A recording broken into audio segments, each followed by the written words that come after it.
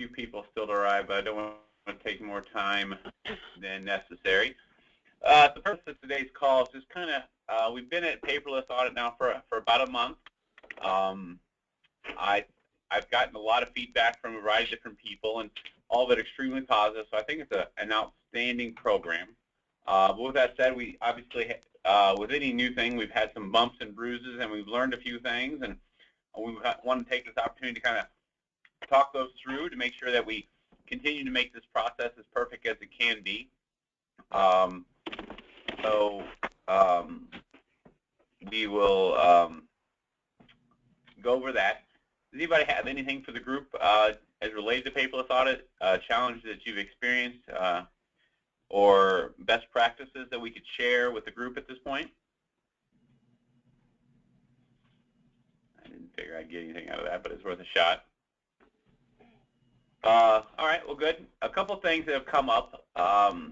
You know, obviously we've limited now. We're no longer needing you to send in your reports, you know, like the out-of-order report and all that good stuff, daily report stuff, and I think that's a huge time saver. Some of the feedback we've got from our accounting team is they're having trouble finding those reports in our scans, specifically as related to the Marriott hotels, where we're scanning kind of one big lump sum of all those audit reports. So for everybody, and this includes the Hilton, so this is everybody, we want to have the out-of-order report as a separate scan, so it stands alone, so Melissa can easily identify it. Their challenges, basically, they're experiencing everything that we've always experienced when we're opening up one of those giant manila envelopes and you always had to try to find something. Well, they're experiencing that exact same thing. They're just not used to it, and you know what I mean?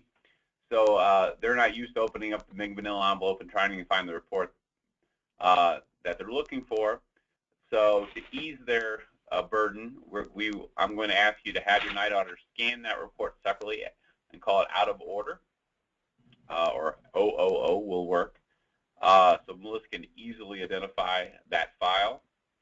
Then additionally, the reports that used to be sent to daily at HOSPEC, the operational reports, they vary by brand, but the reports that Jay uses to fact check our daily revenue, our DDR reports, our daily revenue reports that we roll on a daily basis, that he verifies, fact checks that using those reports.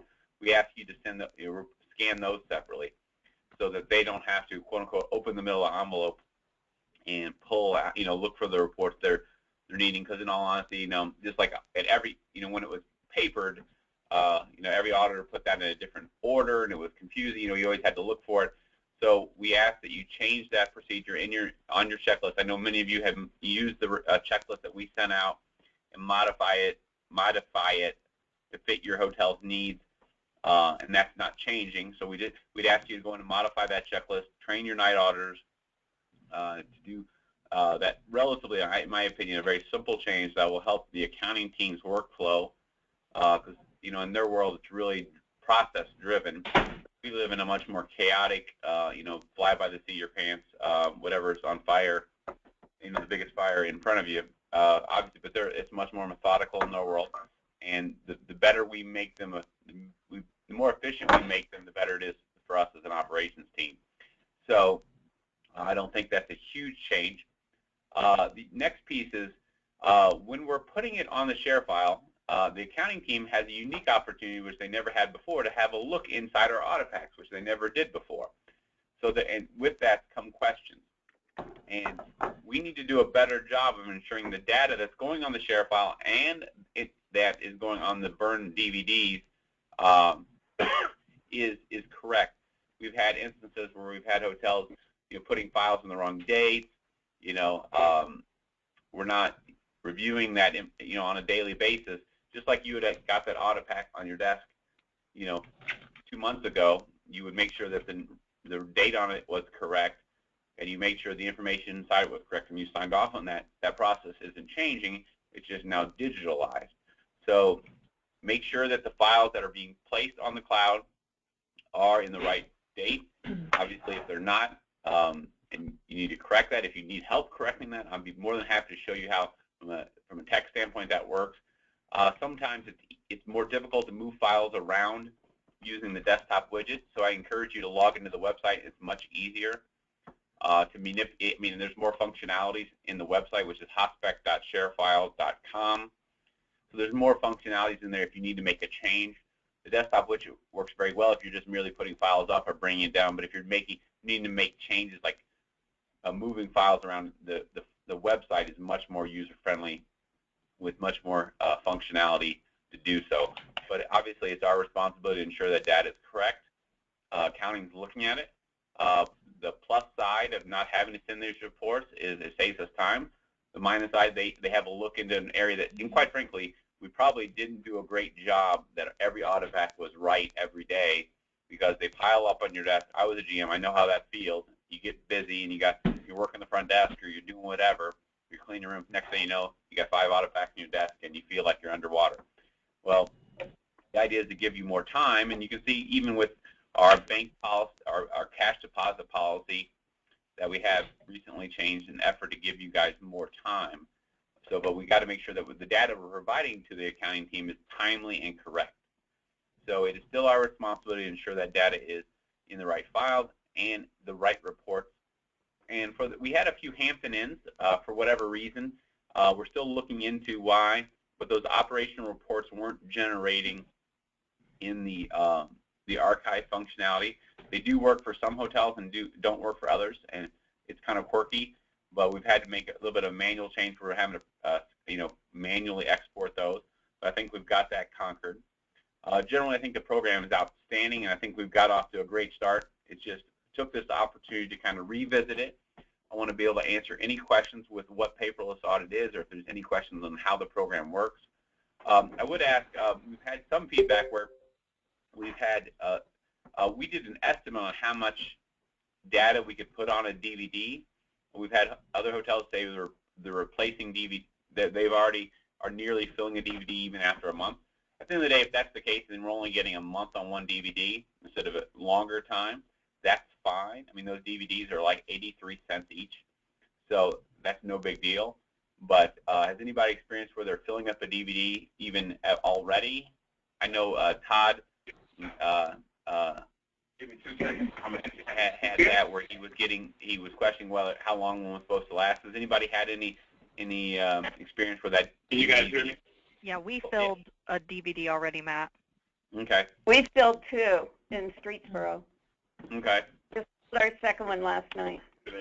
Well, let's go. If that's the case, and I honestly it was an estimate. I really didn't know. Like each brand, the file sizes are different, and it was a bit of a flat-out guess, depending on the brand. So let's go to one DVD per month. So something that we'd learned.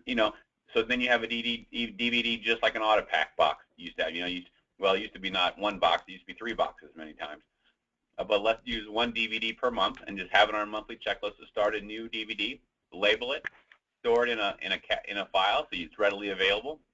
I really didn't know how long one was going to last. I really thought it would last a year based on my testing, but obviously with file sizes and we've added more to it, it's not lasting that long. So I call that a lesson learned. Hey, Lee, we can. Matt, we had 23 days on a DVD. Well, I need to look at that because there's really no reason why we have that little of data. Okay. Can you still hear me? Yeah, we can hear you. Sorry. The phone thing works like that. Ruth, we can look at that, and at the end of the day, if it ends up being that we're getting 23 days, it's not the end of the world. We just would have to date it. That's fine. Well, where the truth is, we're seeing longer time at other Hamptons. So I'm happy to look at yours and see if there's something we're doing differently that's causing you to using more more data, for lack of a better term. But the grand scheme of things, if that's the worst thing that happens, it doesn't really matter how many days get on a DVD. Just that we obviously, just like we would label a box, I see the DVD as just like the box. Our old banker boxes. You always put dates on those. So I mean, it's not the grand scheme of things. I know we're putting receivables and some things like that on them. But if what's working for you and it's just taking more data, so be it. I mean, we're still retaining the data in a digital format, which was the goal to begin with. So is everybody generally pretty happy with the program? Yes? Love it. Okay. Ruth is happy. Happy, we're all happy. Right. If Ruth, that is a very true stat. I'm going to go with that way of thinking. If Ruth's happy, everybody's happy. Is that on your T-shirt next year? Mm-hmm. Oh, I feel like, yeah, if Ruth's happy, everybody's happy. Matt, I have a question. Yes. If we have the wrong reports on there that we're sending in, will accounting let us know so that we can correct it? Well, I think we've already done that, so no news is good news at this point. Okay, good. The challenges were on the Hampton side mostly. That's where we were seeing struggles, and like I said, one of the hard things about what I do is trying to fit a program that fits all the different square pegs. You know, everybody's a little different shape, even in the same family of hotels. You know, Homewoods are slightly different than DoubleTrees and so forth, and sometimes the perception is that they're all exactly the same. So that is one of the challenges. Another topic. Beginning of this week, we're going to start booking your revenue on your financial statements by market segment. So this is a big change for us. We've always recorded basically room revenue as just that on the financials, and we used system reports from the variety of different brands to analyze our strengths and weaknesses on a variety of different market segments. But now going forward, we're going to start booking 4 different types of revenue on the financial statements, and that's going to be a transient, corporate, group, and discount. So we're going through, and there's no effort required on your part to do so. You're going to start, I started this weekend doing it, and some changes on the back end. I'll finish today. So on your daily report, you'll see 4 different lines for room revenue, and it'll be mapped accordingly so that the data will fall in where it belongs. Will flow in turn flow on the P&L. The big change is when we budget, we'll budget by market segment as opposed to just flat room revenue.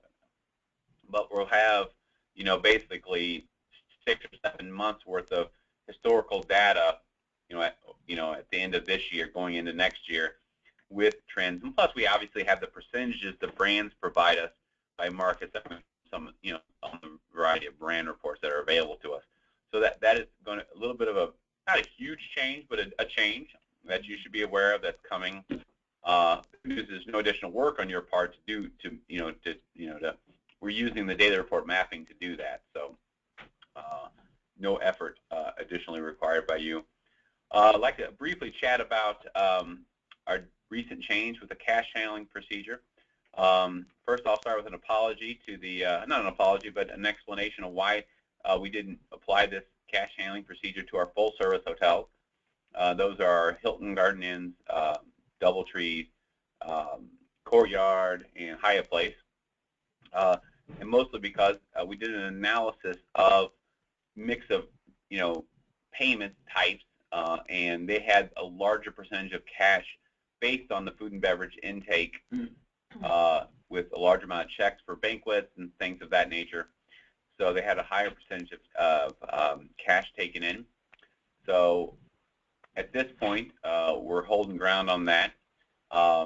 And then right now, we're obviously on the Monday, Wednesday, and Friday program for the other hotels. The goal is that in 6 months, I have Trace to revisit this with our accounting leadership to look at that. And basically, we're kind of seeing how we perform over the next 6 months. And if we don't have any real issues, the chances are we'll be able to change this policy and become maybe even a little bit more aggressive. I don't know what that'll end up being, but it's really kind of in your hands, is what I'm saying. Is over the next 6 months, I need you guys to make sure that we're depositing the money when we say we're going to deposit it, and that the program goes well. We don't have, obviously, we can't have, and that would be true anytime we do deposits, that we can't have deposits that go missing or anything of that nature, of course. But it's in our hands to make this program even more effective in 6 months, where we can either go to 1 day or 2 days a week taking cash to the bank. The accounting team acknowledges the fact that our business, when that policy was originally written, cash was a much bigger portion of our intake on a daily basis. And the buying pattern of our customer has changed. We're cash is quite infrequent nowadays. So please do everything you can to make this program work very well, so that we can enhance it even more to give you guys additionally more time. Because many of our hotels were taking 30 minutes, 45 minutes, and this is one of the things that came out of Ruth's efforts when she wrote down everything she did. And I'm looking at that going, wow, Ruth's spending half an hour at the bank every day. Well, how can we give Ruth that time back? So that's kind of where this was born out of. So again, that is my bit of a soapbox as related to the new cash procedure. Does anybody have any regrets about some of the things we've covered today? So again, let's tighten up this night audit thing. I think the program's generally working pretty well. We'll be going live. Jason is on the call. He and Brandon aren't on it yet, but we'll get them going in a very, very short amount of time. But let's continue to make it well. And if you have questions, then obviously you know where to reach out to me. But I will let you guys enjoy the rest of your day, and thank you for all your hard work. All right. Thank you, Matt. All right. Bye, guys. Bye-bye.